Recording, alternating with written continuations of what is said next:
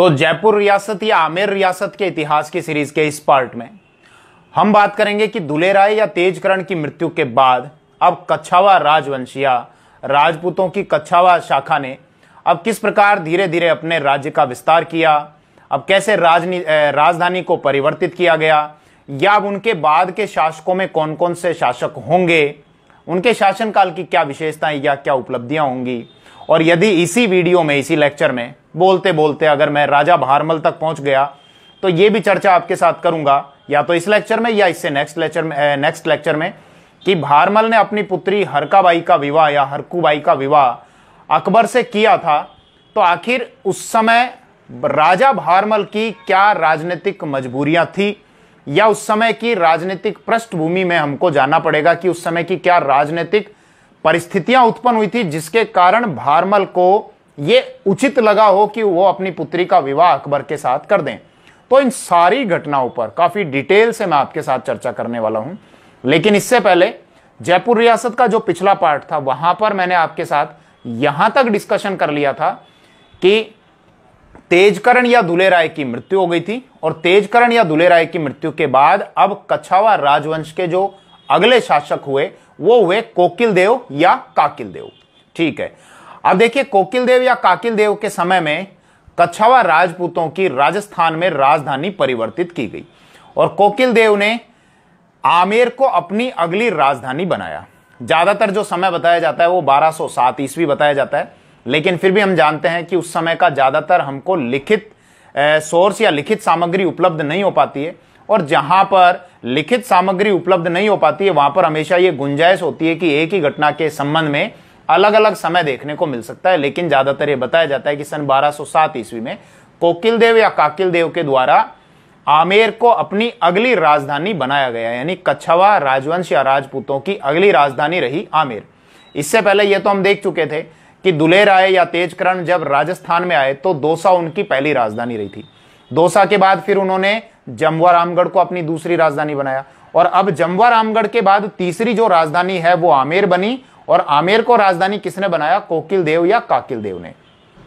तो अब आमेर तब तक इस वंश की राजधानी रहने वाली है जब तक कि सन 1727 में जयपुर नगर की स्थापना नहीं हो जाती।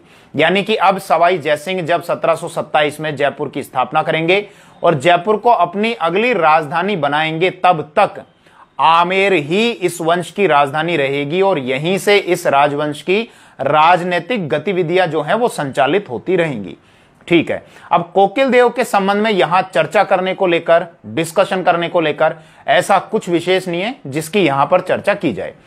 तो अब देखिए, इस वंश के आगे आने वाले जो शासक हैं वो इतने महत्वपूर्ण तो नहीं है, लेकिन फिर भी एक चैन कनेक्ट हो जाए, एक लिंक बैठ जाए, इसीलिए मैं आपको उनकी जानकारी दे रहा हूं कि इसी वंश के आगे आने वाले शासकों में एक बड़े शक्तिशाली शासक हुए थे जिनका नाम बताया जाता है पंचवन देव। और पंचवन देव को ऐसा बताया जाता है कि ये अजमेर के जो चौहान शासक थे, पृथ्वीराज चौहान, उनके समकालीन थे। हालांकि कुछ जगह हमको यह भी जानकारी देखने को मिलती है कि ये उनके समकालीन नहीं थे, जिसकी चर्चा अभी थोड़ी देर बाद मैं आपके साथ कर लूंगा। तो ज्यादातर यह बताया जाता है कि पंचवन देव जो हैं ये पृथ्वीराज चौहान के समकालीन थे, पृथ्वीराज चौहान थर्ड, जिनको हम राय पिथौरा के नाम से जानते हैं। और इन्होंने माहोबा अभियान में पृथ्वीराज चौहान का साथ दिया था। सन 1182 में एक युद्ध हुआ था, तुमुल का युद्ध, जो पृथ्वीराज चौहान और चंदेल शासक थे, परमार्दी देव चंदेल। माहोबा जो कि वर्तमान में उत्तर प्रदेश में आता है, तो पृथ्वीराज चौहान और परमार्दी देव चंदेल के मध्य वो युद्ध हुआ था, तुमुल का युद्ध 1182 ईस्वी में। और परमार्दी देव चंदेल के जो सेना नायक थे वो थे आला और उदल। तो उस युद्ध में पंचवन देव ने पृथ्वीराज चौहान का साथ दिया था। उस युद्ध की मैं डिटेल से चर्चा नहीं करूंगा क्योंकि चौहान रियासत के जो लेक्चर हैं वहां पर काफी डिटेल से मैं आपके साथ में चर्चा कर चुका हूं, लेकिन फिर भी यहां पर पंचवन देव को कनेक्ट करने के लिए पृथ्वीराज चौहान से उसकी मैं थोड़ी बहुत आपके साथ चर्चा कर रहा था। इसके अतिरिक्त यह भी हमको बताया जाता है कि जब तराइन का युद्ध हुआ था तो उस तराइन के युद्ध में ही सन 1192 ईस्वी में पंचवन देव की मृत्यु हो गई थी। तराइन का युद्ध जो कि पृथ्वीराज चौहान और मोहम्मद गोरी के बीच में हुआ था, तो पंचवन देव पृथ्वीराज चौहान की ओर से लड़े थे मोहम्मद गोरी के विरुद्ध, और उस युद्ध में इनकी मृत्यु होना बताया गया है। उस युद्ध की भी मैंने चौहान रियासत के पार्ट में काफी डिटेल से चर्चा आपके साथ कर ली है। ठीक है, वापस मैं पंचवन देव पर आ जाता हूं। अब देखिए, यहां ये मैंने आपसे चर्चा की कि पंचवन देव को चौहान शासक पृथ्वीराज चौहान थर्ड के समकालीन बताया गया है, और ऐसी भी संभावना व्यक्त की गई है इतिहासकारों के द्वारा कि उस समय यानी कि पंचवन देव के शासनकाल के समय में उत्तर भारत पर चौहान बड़े शक्तिशाली थे। यह तो बात क्लियर है कि चौहान उस समय काफी शक्तिशाली थे, उनकी सत्ता काफी मजबूत रूप से स्थापित हो चुकी थी। तो संभावना इस बात की व्यक्त की गई है कि हो सकता है कि उस समय कच्छावा शासक जो हैं ये चौहानों के सामंत रहे हों, क्योंकि उस समय चौहानों का काफी प्रभाव था और उत्तर भारत पर उनकी सत्ता काफी मजबूती से थी। ठीक है, लेकिन जब अब मैं आ जाता हूं इनके समय काल को लेकर पंचवन देव के कि क्या वास्तव में ये पृथ्वीराज चौहान के समकालीन थे या नहीं थे, तो इस संबंध में कुछ और स्रोत हैं जो हमको क्या जानकारी देते हैं। तो अगर हम स्थानीय वंशावलियों की बात करें तो वहां पर पंचवन देव का जो समय बताया है, शासनकाल बताया है, वो 1070 से 1094 ईस्वी तक का बताया गया है। तो यदि उन स्थानीय वंशावलियों पर हम विश्वास कर लें तो उसके अनुसार तो ये पृथ्वीराज चौहान थर्ड के समकालीन हैं ही नहीं। क्यों? क्योंकि हम जानते हैं पृथ्वीराज चौहान थर्ड तो इनके बहुत वर्षों बाद शासक बने थे, और स्थानीय वंशावलियां इनका शासनकाल बता रही हैं 1070 से 1094 ईस्वी तक का। खैर जो भी है, मैंने दोनों पक्षों की आपके साथ में चर्चा कर ली। अब पंचवन देव के बाद के और जो शासक थे, तो यहां की ख्यातों के अनुसार अगर हम बात करें तो उनके बाद के जो शासक थे उसमें नाम मैं आपको बता देता हूं, याद रखना कोई आवश्यक नहीं है, याद रखें तो अच्छी बात है और ना रखें तो बहुत अच्छी बात है, लेकिन उनकी चर्चा करते हुए मैं अब उस शासक की ओर ले जाने का प्रयास करूंगा जिस शासक के बारे में अब हमको धीरे धीरे डिटेल से चर्चा करनी है। तो पंचवन देव के बाद के जो शासक थे वो एक तो थे मालसी, इसके अलावा जिलदेव, रामदेव, किल्हण, कुंतल, जनसी, उदयकरण, नरसिंह, उदयरण और चंद्रसेन। और चंद्रसेन की मृत्यु के बाद फिर अगले जो शासक बने थे इस वंश के वो थे पृथ्वीराज कच्छावा या पृथ्वीराज कछवाहा। तो अब मैं आपको लेकर आ जाता हूं पृथ्वीराज कछवाहा के शासनकाल पर, और इनके शासनकाल में क्या राजनीतिक गतिविधियां हुई उसकी मैं आपके साथ में चर्चा करूंगा। देखिए, पृथ्वीराज कछवाहा जो हैं ये मेवाड़ के शासक महाराणा सांगा के समय के थे, यानी उनके समकालीन थे, और इन्होंने खानवा के युद्ध में सन 1527 में खानवा के युद्ध में महाराणा सांगा का साथ दिया था। महाराणा सांगा का वो युद्ध किससे हुआ था? बाबर से हुआ था, और उस युद्ध में पृथ्वीराज कच्छावा ने महाराणा सांगा का साथ दिया था, और उस युद्ध में लड़ते हुए 1527 में इनकी मृत्यु हो गई थी। अब फिर वही बात आती है, हो सकता है आपके मन में जिज्ञासा हो कि सर खानवा के युद्ध के बारे में बताइए, तो उसके लिए आप मेवाड़ रियासत की प्लेलिस्ट में जाना, वहां पर मैंने काफी डिटेल से एक एक पॉइंट को काफी विस्तार से वहां पर चर्चा की हुई है, इसीलिए वापस उस चीज को मैं रिपीट नहीं करूंगा। तो उस खानवा के युद्ध में इन्होंने महाराणा सांगा का साथ दिया था। अब देखो, राजपुताना के शासकों द्वारा केवल इन्होंने ही साथ नहीं दिया था, राजपुताना के बहुत सारे ऐसे शासक थे जो महाराणा सांगा की ओर से वहां पर लड़े थे। तो एक प्रथा होती थी जिसको कहा जाता था पाती पर्वन। पाती का मतलब अपनी अपनी हिस्सेदारी देना। तो एक प्रथा ये थी पाती पर्वन, जिसके तहत राजपुताना के ज्यादातर शासकों ने महाराणा सांगा का उस युद्ध में साथ दिया था। अब वापस हम पृथ्वीराज कच्छावा के शासनकाल पर ही आ जाते हैं, इन पर आ जाते हैं और देख लेते हैं इनके शासनकाल की और क्या क्या महत्वपूर्ण बातें हैं। तो देखिए, इनके शासनकाल में ही गलता में रामानुज संप्रदाय की पीठ स्थापित हुई थी। अब ये गलता क्या है भैया, कहां पर है ये गलता? तो अगर आप कभी जयपुर घूमने के लिए आए तो जयपुर शहर के पास में ही पहाड़ियों से घिरा हुआ एक बड़ा सुंदर स्थान है, जो कि एक तीर्थ स्थल भी है, बड़ा पवित्र स्थल है हिंदुओं के लिए, जो गलता तीर्थ के नाम से जाना जाता है। अब यहां इस गलता तीर्थ में इनके समय में पृथ्वीराज कच्छावा के शासनकाल में क्या हुआ था कि रामानुज संप्रदाय के जो गुरु थे कृष्णदास पायहरी, उन्होंने शास्त्र विद्या में कापालिक नाथ संप्रदाय के जो गुरु थे चतुरनाथ, उनको पराजित कर दिया था। यानी कि वो जीत गए थे। कौन जीत गए थे? रामानुज संप्रदाय के जो गुरु थे कृष्णदास पायहरी, तो वो जीत गए थे और उन्होंने गलता में रामानुज संप्रदाय की पीठ स्थापित की थी। अब देखिए, यहां पर पृथ्वीराज कच्छावा जो है ये विष्णु भक्त थे, यानी कि भगवान विष्णु में या उनके अवतार कृष्ण में इनकी बड़ी आस्था थी। और इनकी जो पत्नी थी, उनकी पत्नी भी, पृथ्वीराज कच्छावा की पत्नी भी बहुत धार्मिक एक महिला थी, यानी धार्मिक प्रवृत्ति वाली एक महिला थी, जिनका नाम था बालाबाई। और बालाबाई जो थी, एक बार इनकी मैं थोड़ी सी चर्चा कर लूं, इनका इंट्रोडक्शन दे दूं। हालांकि पृथ्वीराज कच्छावा की एकमात्र यही पत्नी नहीं थी, और भी पत्नियां थी जिनसे और भी बहुत सारी संतानें उत्पन्न हुई थी। लेकिन बालाबाई की मुझे लगता है यहां पर चर्चा करनी चाहिए, इसलिए मैं कर रहा हूं। तो बालाबाई जो है ये बीकानेर के शासक थे लूणकरण राठौड़। लूणकरण राठौड़ की पुत्री थी और बालाबाई का यहां पर यानी कि कच्छावा राजवंश में या पृथ्वीराज कच्छावा पर काफी प्रभाव हुआ करता था। बालाबाई के प्रभाव के कारण ही अब आगे चलकर उनके हस्तक्षेप के कारण ही बालाबाई के जो पुत्र हैं पूरणमल वो आमेर के अगले शासक बनेंगे। अभी मैं चर्चा करूंगा उनकी थोड़ी सी। तो देखिए बालाबाई काफी धार्मिक प्रवृत्ति की महिला थी और इनके समय में काफी भजन कीर्तन काफी होते थे। तो यदि आप कभी आमेर घूमने के लिए जाएं तो वहां पर आपको आमेर महल में एक जगह मिलेगी बालाबाई की साल। तो यहां पर उस समय में काफी भजन कीर्तन हुआ करते थे। इसके अतिरिक्त देखिए पृथ्वीराज कच्छावा ने क्या किया था, ये ऐसा चाहते थे कि मेरी मृत्यु के बाद मेरे पुत्रों में उत्तराधिकार को लेकर लड़ाई ना हो, उत्तराधिकार को लेकर संघर्ष ना हो। लेकिन वो तो हुआ था, लेकिन फिर भी इनका तो प्रयास था कि उत्तराधिकार का संघर्ष जितना मैं टाल सकूं उतना टाल दूं। इसीलिए इन्होंने अपने राज्य को 12 अलग अलग टुकड़ों में विभाजित कर दिया, 12 अलग अलग सेक्शंस बना दिए, जिनको उस समय कहा गया 12 कोटड़ी, कि भैया ये मैंने 12 हिस्से बना दिए और अपने 12 पुत्रों को ये मैं हिस्से दे दूंगा, ताकि बाद में क्षेत्र को लेकर या फिर राज्य विस्तार को लेकर राज्य के अधिकार को लेकर उनमें आपस में कोई संघर्ष ना हो। इसीलिए 12 हिस्सों में इन्होंने विभाजित कर दिया अपने क्षेत्र को, अपने राज्य को, और उसको कहा गया था 12 कोटड़ी। लेकिन अब आ जाते हैं कि पृथ्वीराज कच्छावा के बाद अब आगे आमेर में क्या हुआ। देखिए इनकी जो पत्नी थी बालाबाई, उनका काफी प्रभाव था आमेर रियासत पर, इन पर काफी प्रभाव था।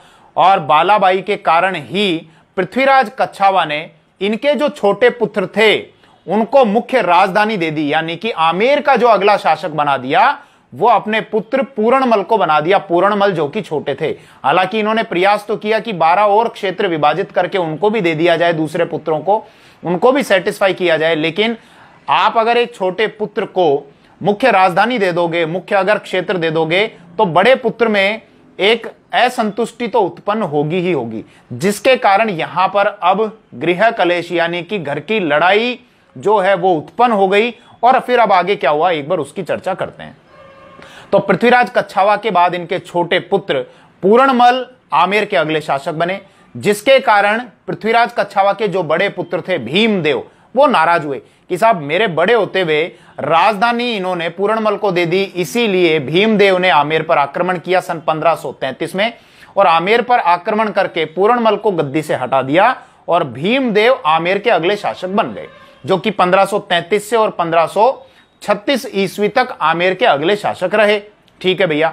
अब जब भीमदेव की मृत्यु हुई तो भीमदेव की मृत्यु के बाद अगले जो शासक बने वो उनके पुत्र थे और जिनका नाम था रतन सिंह। तो अब हम एक बार रतन सिंह के शासनकाल की चर्चा कर लेते हैं, और यहीं से ही रतन सिंह के शासनकाल से ही अब धीरे धीरे आमेर रियासत पर राजा भारमल, अभी मैं राजा ना कहूं तो ठीक है, धीरे धीरे भारमल या बिहारी मल का प्रभाव अब बढ़ता जाएगा। और बिहारी मल या भारमल की कूटनीति भी आपको समझ में आ जाएगी कि आखिर यहां कैसी राजनीतिक गतिविधियां हुई या कैसी राजनीतिक परिस्थितियां उत्पन्न हुई, जिसके कारण अब भारमल या बिहारी मल को आगे चलकर अकबर की अधीनता स्वीकार करनी पड़ेगी। तो वापस मैं पॉइंट पर आ जाता हूं कि भीमदेव की मृत्यु हुई थी 1536 में, और भीमदेव की मृत्यु के बाद अगले जो शासक बने वो उनके पुत्र बने थे और जिनका नाम था रतन सिंह। लेकिन रतन सिंह के शासनकाल की देखो सबसे बड़ी कमी ये रही, दरअसल वो कमी रतन सिंह में ही रही कि वो विलासी प्रवृत्ति के थे। वो राजकार्य में ज्यादा रुचि नहीं लेते थे, वो विलासी प्रवृत्ति के थे, और राज का ज्यादातर जो संचालन किया करते थे वो थे जैतसी रायमलोथ, यानी राज्य के जितने भी डिसीजन हो रहे हैं वो राजा ना लेकर उनका एक व्यक्ति जैतसी रायमलोथ ले रहा है। और इनके ही शासनकाल के समय सन 1544 ईस्वी में शेरशाह सूरी ने जब आमेर की ओर चढ़ाई की तो रतन सिंह ने शेरशाह सूरी की अधीनता स्वीकार कर ली। अब एक शासक पर आप विचार करिए कि रतन सिंह विलासी प्रवृत्ति के हैं, उनके शासन के ज्यादातर जो डिसीजन हैं वो जैतसी रायमलोथ ले रहे हैं। इसके अलावा रतन सिंह द्वारा कि ज्यादा राजकार्य में रुचि ना लेकर अगर शेरशाह भी आया तो ठीक है, शेरशाह का कोई विरोध ना करके शेरशाह की अधीनता स्वीकार कर ली गई। तो इनके इन अवगुणों के कारण बाकी आमेर रियासत के और जो सामंत होंगे या जो सरदार होंगे या जो इनके रिलेटिव होंगे, उनके मन में भी अब धीरे धीरे ये इच्छाएं तो प्रबल होने लग जाएंगी ना कि इनकी कमजोरी का क्यों ना लाभ उठा लिया जाए। और इसीलिए रतन सिंह के जो चाचा थे, जिनका नाम था सांगा, उन्होंने इनकी इस कमजोरी के कारण आमेर के पास का एक क्षेत्र हुआ करता था जिसको उस समय मोजमाबाद कहते थे, तो मोजमाबाद के क्षेत्र पर अधिकार कर लिया और उसका नाम बदलकर अपने नाम पर रखा सांगानेर। तो वर्तमान में जयपुर में जो सांगानेर आता है, ये वही सांगानेर है जो उस समय कंप्लीट मोजमाबाद कहलाता था, और मोजमाबाद का नाम सांगा ने अपने नाम पर सांगानेर रखा। अब मोजमाबाद एक गांव भी है, ध्यान रखना, लेकिन उस समय कंप्लीट संपूर्ण क्षेत्र मोजमाबाद था। तो यहां पर अब जब सांगा का मोजमाबाद पर अधिकार हो गया, तो सांगा की यह भी इच्छा थी कि क्यों ना राजधानी आमेर को ही अपने अधिकार में ले लिया जाए, क्यों ना संपूर्ण क्षेत्र पर अपना अधिकार कर लिया जाए। इसलिए सांगा और रतन सिंह के मध्य काफी संघर्ष हुआ, लेकिन सांगा अपने जीवित रहते आमेर पर अधिकार नहीं कर सके। ठीक है, अब सांगा की जब मृत्यु हो गई, तो सांगा के बाद उनके जो भाई थे, जिनका नाम था भारमल या बिहारी मल, उन्होंने अब रतन सिंह से दुश्मनी या मनी मन शत्रुता रखनी शुरू कर दी। अब बिहारी मल या भारमल ने किस प्रकार शत्रुता रखनी शुरू की, तो एक बार थोड़ी सी मैं चर्चा कर लेता हूं कि रतन सिंह के जो छोटे भाई थे, उनका नाम था आस्करण, और बिहारी मल या भारमल ने क्या किया, आस्करण को और ज्यादातर जो कच्छावा सरदार थे उनको अपनी ओर मिला लिया, या कच्छावा राजवंश के अंतर्गत जो और सामंत आया करते थे उनको अपनी ओर मिला लिया, और यह कहा कि रतन सिंह जो है ये काफी विलासी प्रवृत्ति का है और ये राज्य का ठीक प्रकार से संचालन नहीं कर रहा, इसीलिए क्यों ना रतन सिंह को गद्दी से हटाकर और आस्करण को आमेर का शासक बना दिया जाए। तो आस्करण को अपनी ओर मिला लिया, ज्यादातर सामंतों को, सरदारों को अपनी ओर मिला लिया, और बिहारी मल की प्रेरणा से, यानी बिहारी मल के कहने या बिहारी मल के उकसाने से, मैं भारमल या बिहारी मल जब बोल रहा हूं तो इसका मतलब ये एक ही व्यक्ति है, तो भारमल या बिहारी मल के उकसाने से आस्करण ने अपने भाई रतन सिंह की हत्या कर दी और आस्करण को आमेर का अगला शासक बना दिया गया। लेकिन जब भारमल या बिहारी मल ये इस तरह की चीजें कर रहे थे, तो उनके दिमाग में क्या कूटनीति चल रही थी, ये कोई नहीं पहचान सका। ये कब पता चला, बाद में, जब उन्होंने क्या किया कि आस्करण अगला शासक बन गया, और उन्होंने क्या किया, आस्करण को अपने भाई का हत्यारा बताकर, यह कहकर कि आस्करण ने अपने ही भाई की हत्या कर दी, ये तो भाई का हत्यारा है, इसीलिए शासक बनने के योग्य नहीं है, और आस्करण को गद्दी से हटाकर भारमल या बिहारी मल सन 1547 ईस्वी में स्वयं आमेर का शासक बन गया। अब भारमल या बिहारी मल के शासनकाल में डिस्कशन करने को लेकर, चर्चा करने को लेकर बहुत सारी बातें हैं। उस समय की राजनीतिक गतिविधियों के बारे में भी आपको काफी जानकारी मिलेगी। हो सकता है आपने जैसे मूवी भी देखी होगी जो संजय लीला बंसाली के द्वारा बताई गई थी, जिसमें भारमल या बिहारी मल अपनी पुत्री की शादी जो है वो अकबर के साथ में कर देते हैं। हालांकि उसमें नाम को लेकर विवाद था, तो मैं उसकी भी आपको सही और संपूर्ण जानकारी दूंगा, और ना केवल नाम की यानी तथ्यों की सही जानकारी दूंगा, इसके अतिरिक्त मैं आपके साथ यह भी चर्चा करूंगा काफी डिटेल से कि बिहारी मल के समक्ष या भारमल के समक्ष ऐसी क्या राजनीतिक परिस्थितियां थी जिसके कारण उनको मुगलों के साथ में संधि करनी पड़ी, या मुगलों का सहयोग करना पड़ा, या मुगलों की अधीनता स्वीकार करनी पड़ी। तो ये हम चर्चा करेंगे जयपुर रियासत के नेक्स्ट लेक्चर में। Thank you.